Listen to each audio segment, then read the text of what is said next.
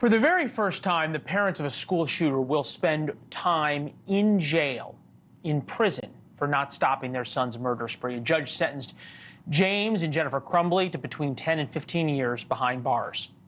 Their son Ethan killed 4 of his fellow students when he opened fire in Michigan High School in November of 2021. Hannah St. Julian, Tate Myrie, Justin Schilling, and Madisyn Baldwin. 4 people who he killed. At today's hearings, the victims' families spoke. Some of those powerful television, some of those moving comments I've ever heard. I started crying watching it today.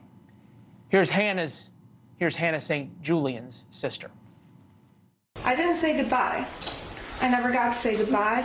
I never got to remind her that I love her, my everything, the person I want to walk through life with side by side.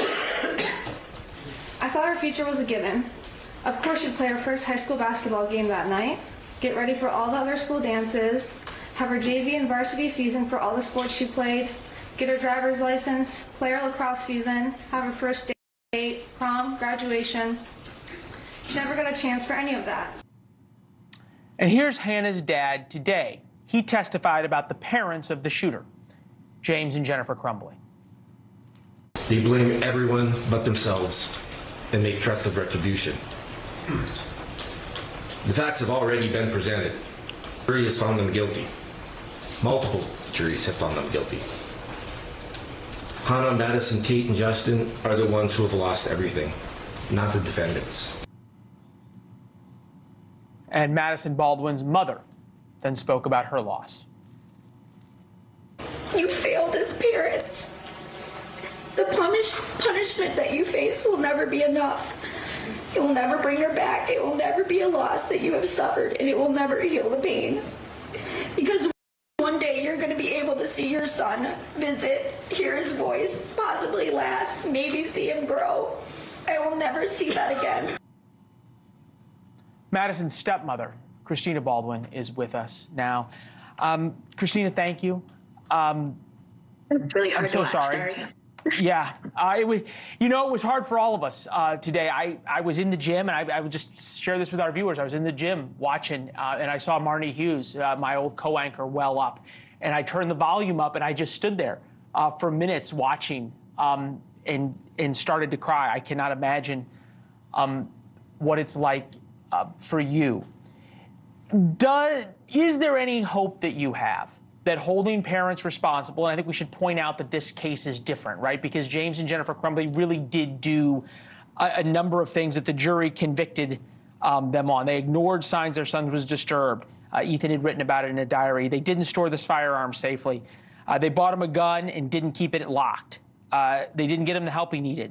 They say he had no friends, was deeply depressed, no social activities. Morning of the shooting, they found a violent image on his homework, and he was allowed to go to school, and his bag was not checked.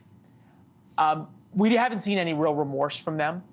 Do you think, though, going forward, if there's anything good that comes from your daughter's death, is sending a warning sign to other parents? Yeah, of course. I think if you're going to buy a gun for your child, you need to be held responsible for whatever outcome it is. And if they decide to take that gun and take it into their own hands, hurt other people, then yes, the parents should be held accountable, especially if they're a minor. Does any responsibility here, and this wasn't brought up, but with the school, that so often it seems as though these kids who take the lives of people like your daughter, they quote unquote fall through the cracks. And somehow the school administrators all skate on these things, and then everybody in retrospect goes, well, you know, he was drawing all these violent images, he turned in homework with all of this crazy writings on it and drawings of blood and drawings of guns, and yet there's so much concern, it seems, for these very troubled children to stay in school, and so little concern for the safety of your daughter and others who have to go to school with them. The only thing that I've heard from the school is they've told us multiple times that they were going to change their protocols. They were going to make things better for Oxford. Unfortunately, my daughter's not even attending Oxford anymore. I don't trust them. I don't believe what they say. And they need to be held accountable, and unfortunately, they fall under the government immunity. Yeah. What did you want to say about Madisyn today? What do we need to know? there's a lot to say about Madisyn. There's no way for me to sum it up in the time that you have today. She was beyond amazing. I mean, her mother she encapsulated everything and more that I could have said about her today. And to deal with, like I have said before, if she would have known as a student that this other student was, you know, struggling so hard, she was that person that she would have asked and wanted to help. Willing to help. Yes.